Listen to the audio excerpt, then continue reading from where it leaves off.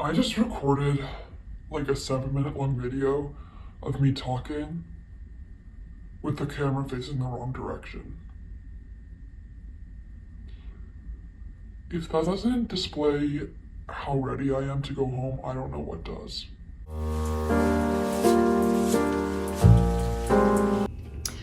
Let's talk about high school. I'm a recent graduate. I graduated in 2024. I just finished my first semester of college, in which I am leaving to go to community college, but that's kind of unrelated to what I'm going to be talking about. I went to a small-ish high school in California that was pretty competitive.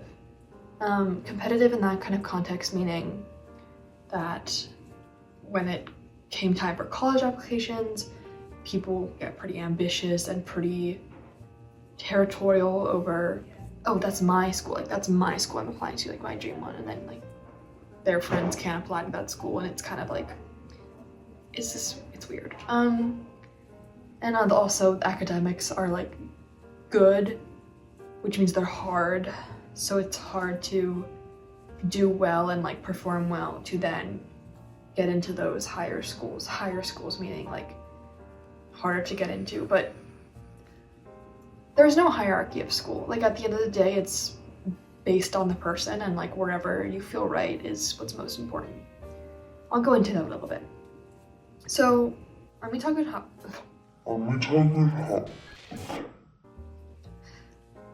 talking about high school, and I split this up into 4 main sections: relationships, study habits, social skills, and confidence. I have my computer, my notes, so this is well thought out. This is not just me like relationships and friends. I had a total of like 5 like good friends, like friends. Like I don't mean like including like class friends or people who like I occasionally hang out with, like people who I communicate with regularly, trust confidently, and like have a deep connection with. 5 people. And that's like pretty large, honestly. Like I think it's totally normal to have like 2 or 1, because friends like that you really have that deep connection with are hard to find. And I have a lot of people who I know like from classes and from choir and all that I still somewhat keep in touch with. But yeah, and out of those 5, I think I solidly, consistently only keep in touch with like 3. So yeah. But in high school, you really learn who is real and who's fake, basically, through experiencing it, through realizing that this person told people something you asked them not to share with other people, or this person was saying something about you behind your back, or maybe this person just like did something that you don't totally appreciate, and all that stuff kind of like intermingles, and it becomes this cycle of many people just figuring out who they want in their lives and who they don't. And I think that's part of just being in high school and being in that kind of in between, living on your own and being super reliant on your family and your home. It's the best thing that can happen to you, honestly. Like losing friends that aren't great, like good, like lose those friends, get them out, because your well-being is really important, and you should only surround yourself with people who contribute positively to that. I will say there are some cases when you can't really escape people. Like there are definitely some people in high school that I did not like, that I just like, I couldn't avoid being around them really, because I was involved in like choir and like these different things with them, and it's like sometimes you have to compromise. Like you have to do something you love, which means you're having fun, you're doing something you love, but you're also like, that one person you don't really like is there, but like they don't matter, like unless you're like standing next to them all the time in year, but you can figure it out, you can avoid them, and you can find a way to make that experience for yourself. You make new friends when you least expect it, and with who you least expected it with. Like my closest friend, honestly, I would call her my closest friend, I knew since kindergarten, but I didn't actually become like friends with till freshman year, which was our fully online year, which is crazy. But we did a theater class together, and we had a Zoom, we were in choir together on Zoom together. Why am I? And yeah, now we're really close, and she's like the person I stay in touch with the most, which is really nice. And that kind of goes into the whole thing of being like, bye, I'll miss you, like we'll stay in touch, we'll stay so close. It's not always true. I think it's applicable to like one or two of my friends that I genuinely stay in touch with. Like the other ones, like I go home and I see them and I hang out with them, yes. But like calling and texting consistently, like 2 people. Maybe 1.5, because one person is like I consistently like text sort of, and the other person is like I call her like every day.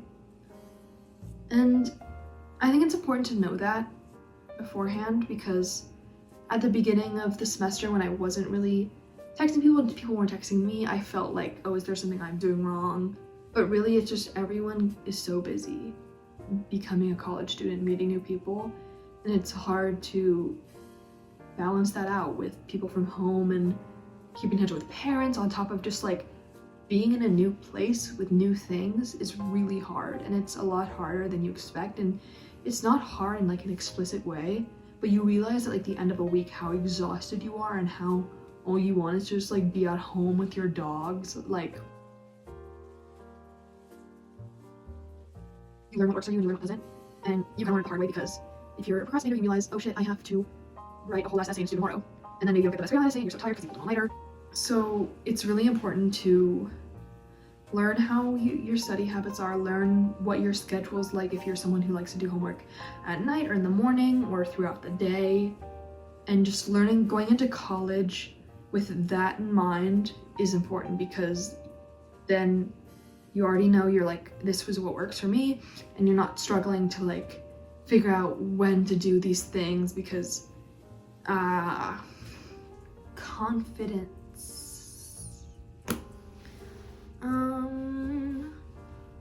High school is usually when confidence can dip the most. You know, you're going through puberty, you're getting acne, your body's changing, there's hormones, like there's all this stuff that's changing while you're applying to college, and you're worrying about what do I need to do to build my resume and all this stuff. So it's emotionally very taxing, which also makes it physically taxing. You know, confidence is something that I think every teenager struggles with at some point. You know, you're on social media, there's these beauty standards, and don't worry about hitting the gym, because you're hitting the gym constantly for your brain. So like that is a lot. It's also like, you know, the other kind of confidence with like, oh, like the way that I act around people isn't good. Like, I wonder if people think I'm weird. It definitely is a big one too. Like I struggled with that my first 2 years of high school, and just like social anxiety in general, which I think is also very common. Just feeling like I don't fit in this setting. What am I doing here? And I would say I still struggle with confidence in terms of appearance, but my confidence with myself has gotten so much better. Like I'm literally the funniest person ever, guys. Like I don't think you understand. I mean, yeah, you literally like, you just laughed, right?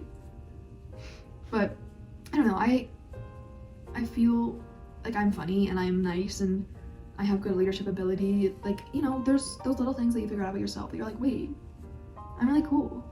And that feeling is so great. Like, you know, body positivity aside, like just personality positivity. Like find a few things that you really love about yourself that aren't necessarily physical attributes and just like are like you as a person, and just think about those a lot. Like I came to college and I was like, you know, I think I'll make friends. Like I'm pretty funny and like I'm nice. And I did. I made some awesome friends, you know? So just like love yourself. Like guys, like I'm literally like, I just discovered that. Isn't that so cool? Like just love yourself. Bro, make that trend on TikTok. Love yourself. Yeah, bro. Social skills. This kind of relates to like, I guess everything in some way. Maybe not study habits, but like social skills, you kind of realize that people are annoying. And you're like, that's annoying, maybe I shouldn't do that. And that's how you learn to be a socially like acceptable person. There was a lot of people I had to interact with in high school that just did not understand like social cues and social situations, to the point where it made a lot of people feel bad. Like I would be having a conversation with someone and be like, shit dude, like I actually like genuinely just failed my math test. Like I'll be telling this to my friend, like I'm scared because like I don't want to get rescinded from college. And then this girl like comes up and she like clearly like kind of knows the tone of the conversation. She doesn't know exactly what I just said, but like she knows what the vibes are. At least it's clear what the vibes are. So she has to. But she comes up and she's like, I just got a 95 on my talk final, guys. How am I gonna live? Because I could have gotten 100, but I got a 95. like shut up. You saying that helped no one. If anything, it made me feel worse about myself. And if that benefits you in some way, great, I'm happy, because it benefits no one else. Don't be that person. If you are that person, stop it, because it's annoying. No one likes you. Like, I was like too judgmental because like these people are doing this and I'm like, what? But it's like, be judgmental. If people are annoying, be judgmental. Like sometimes it's fair. Obviously, don't be like, oh, that person's like shoes are ugly. I mean, if they are, they get, but you know, be judgmental if it actually matters. I went into high school really awkward and really shy, and I left like pretty fun, pretty silly. Yes, high school was very formative and I made some awesome friends, but also like nothing in high school matters as much as I feel like it does. Like obviously in the moment, if something bad happens, like you're gonna feel that and you're gonna feel those emotions, like those are so valid. But it's such a small portion of your life in the grand scheme of things. And if you're having like the worst high school experience, or you had the worst high school experience ever, I am so sorry. And I totally understand, because it's really bad. And especially when you're a teenager and you're having all these emotions, it's the worst time to have the worst time ever. And if it helps at all, there is light at the end of the tunnel, and there's so much to life beyond high school. And don't feel like you have to romanticize it. Don't feel like you have to be living it a certain way for it to be valid, because any experience in high school is valid. Like high school is just, it's just high school. Like, you know, if there were no movies about high school, like imagine how high school would be. Like it would be so much different. Like I never thought about that until now. It's crazy. Love yourself. Try not to procrastinate unless it's important.